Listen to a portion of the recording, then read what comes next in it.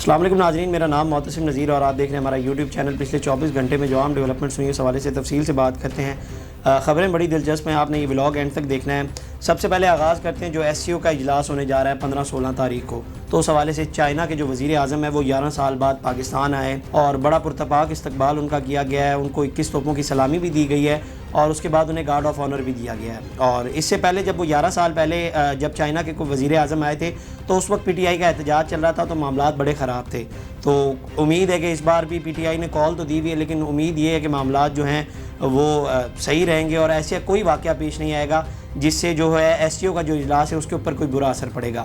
اس کے بعد جناب بھارت کا جو ہے وہ 4 رکنی وفد وہ بھی پاکستان پہنچ چکا ہے، اور اس کے اندر ایک اور بھی ڈیولپمنٹ ہوئی ہے، وہ یہ ہوئی ہے جو وزیر خارجہ جے شنکر ہیں ان کا کہا جا رہا ہے کہ بائی لیٹرل 1-to-1 میٹنگ جو پاکستان کے وزیر خارجہ ہیں ان کے ساتھ ہوگی، اور ابھی تک اس میں کوئی ڈیٹ نہیں دی گئی اور نہ ہی کوئی ٹائم دیا گیا، لیکن یہ خبر آ رہی ہے کہ یہ میٹنگ ہوگی، اور اگر یہ میٹنگ ہوتی ہے تو یہ بڑی پاکستان اور جو بھارتی معاملات ہیں اور جو تعلقات ہیں ان کے لیے بڑی بہتر ثابت ہوگی۔ اس کے بعد جناب روس کا 76 رکنی وفد وہ بھی پہنچ چکا ہے، چائنا کا 15 رکنی وفد اور کرغزستان کا 4 اور ایران کا 2 رکنی وفد جو ہے وہ اسلام آباد پہنچ چکا ہے، چونکہ ایس سی او کا اجلاس ہے۔ ایک طرف تو جو ہے یہ سارے وفد جو ہیں اسلام آباد پہنچ گئے ہیں، دوسری جانب پی ٹی آئی جو ہے وہ بھی احتجاج کی کال دے رہی ہے، اور اس حوالے سے وہ کہہ رہے ہیں کہ جناب ہم پیچھے نہیں ہٹیں گے۔ اس حوالے سے پہلے ایک جو ڈیولپمنٹ ہوئی ہے وہ یہ ہے کہ جناب کل یہ خبر آ رہی تھی کہ چیئرمین بیرسٹر گوہر جو پی ٹی آئی کے ہیں اور سنی اتحاد کے جو حامد رضا ہیں ان کی ملاقات جو ہے وہ خان صاحب سے کروائی جائے گی۔ یہ کہا جا رہا تھا کہ انہوں نے وزیر داخلہ سے درخواست کی اور انہوں نے کہا کہ جناب ملاقات ہو جائے گی، لیکن بعد میں پی ٹی آئی کے اندر سے یہ خبر آئی کہ جناب بیرسٹر گوہر صاحب کیوں عمران خان کی کوئی بہن جا کے ان سے ملاقات کرے، حالانکہ انہیں یہ سوچنا چاہیے کہ بیرسٹر گوہر کو چیئرمین بھی عمران خان نے ہی بنایا تھا، اور اگر یہ جا کر تصدیق کر دیتے ہیں کہ جو قیاس آرائیاں یہاں پر کی جا رہی ہیں کہ ان کی جان کو خطرہ ہے یا انہیں کوئی کھانا مشکوک دیا جا رہا ہے، تو یہ بھی باہر آ کے تصدیق کر دیں گے، لیکن پی ٹی آئی والے کہہ رہے ہیں کہ جناب ان کی بہن کی ملاقات ہونی چاہیے۔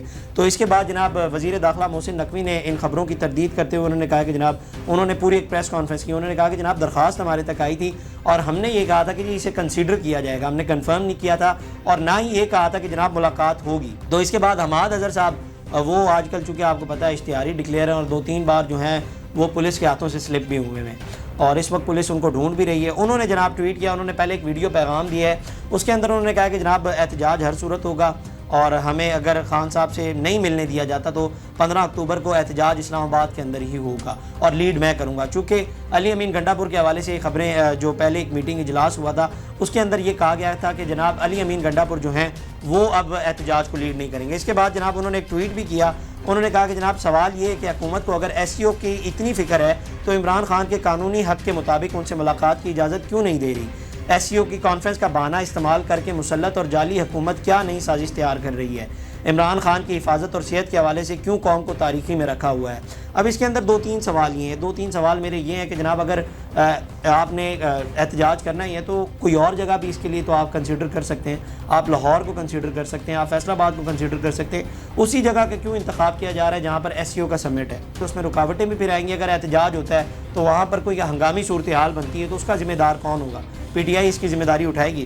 اس کے بعد جناب شہباز گل صاحب نے ایک ٹویٹ کیا، اب یہ ٹویٹ اس حوالے سے کہ پی ٹی آئی کے اندر جو لیڈرشپ کے اندر جو معاملات ہیں وہ بگڑ رہے ہیں بڑے، اور وہ اب کھل کے سامنے بھی آ رہے ہیں۔ شہباز گل صاحب نے ٹویٹ کیا، ریکارڈ مرتب کر لیں، پارٹی کی سیکنڈ لاسٹ پولیٹیکل میٹنگ میں شرکت نہ کر سکا، بعد میں اس میٹنگ کی پوری روداد میڈیا پر سنی، ایک نہیں متعدد صحافیوں نے اس میٹنگ کی ساری روداد سنائی، اس سے پہلے بھی جو پولیٹیکل کمیٹی کی میٹنگ شام کے 5 بجے ہوئی میں اس میں بھی شامل نہیں تھا، اس کی روداد بھی میڈیا پر تھی، آج ایک بہت ہی باوسوق جگہ سے پتہ چلا۔ اب یہ وہ پوری کہانی سنانے لگے جو انہوں نے کہا ہے۔ انہوں نے کہا کہ جناب 2 لوگوں کو اسٹیبلشمنٹ نے ذمہ داری دی ہے، میٹنگ کی ساری روداد لیک کرو، پھر میٹنگ میں اور باہر شور کرو کہ معاملات لیک ہو رہے ہیں، اس پر خوب شور مچاؤ، پھر یا تو پولیٹیکل کمیٹی ختم کروا دو یا شہباز گل اور چند جو سر پھرے بد زبانوں کو پولیٹیکل کمیٹی سے نکلوا دو تاکہ سارے فیصلے اور قانون سازی ہاتھ میں لے لی جائے۔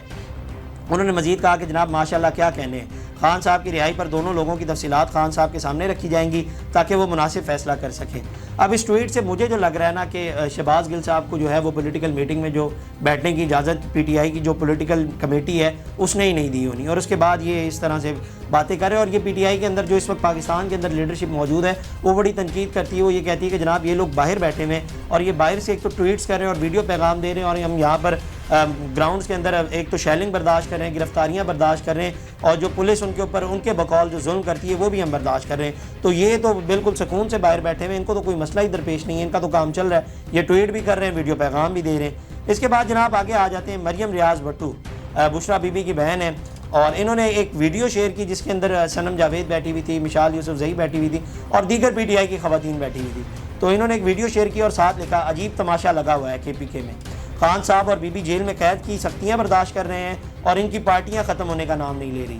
ڈی چوک پہ بھی ان کی شکلیں نظر نہیں آئیں. اگر ہم پنجاب کی حکومت پہ انہیں باتوں پہ تنقید کرتے ہیں تو ان پہ پہلے کریں گے. انہوں نے کہا کہ جناب کہ ڈی چوک کا جو احتجاج تھا اس کے اندر بھی یہ لوگ نظر نہیں آتے، لیکن ان کی پارٹیاں چل رہی ہیں. اب اس کے بعد صنم جاوید نے ان کا ٹویٹ ری ٹویٹ کیا، انہوں نے جواب دیا. انہوں نے کہا کہ جناب خان کی بہنیں خان کے لیے لڑکی گرفتار ہوئیں، اکیلی کھڑی تھی ڈی چوک پہ کیونکہ آپ جیسے ٹویٹر کے جہادی فوٹو شوٹ کروا کے چلتے بنے.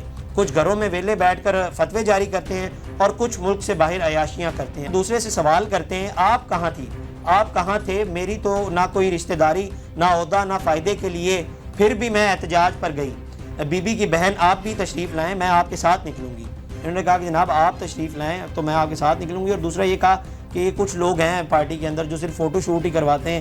اس کے بعد مشال یوسف زئی نے بھی پھر ایک ٹویٹ کیا اسی ویڈیو کے اور اسی جو مریم ریاض بھٹو کا جو ٹویٹ ہے اس کے اوپر. انہوں نے کہا کہ جناب میں نے ان کو بلاک کیا تھا اور بی بی سے پوچھ کر ہی کیا تھا. بی بی نے ان کو واضح پیغام بھیجا تھا کہ یہ بی بی کی بہن ہونے کا سلوگن استعمال کر کے پارٹی معاملات سے دور رہیں.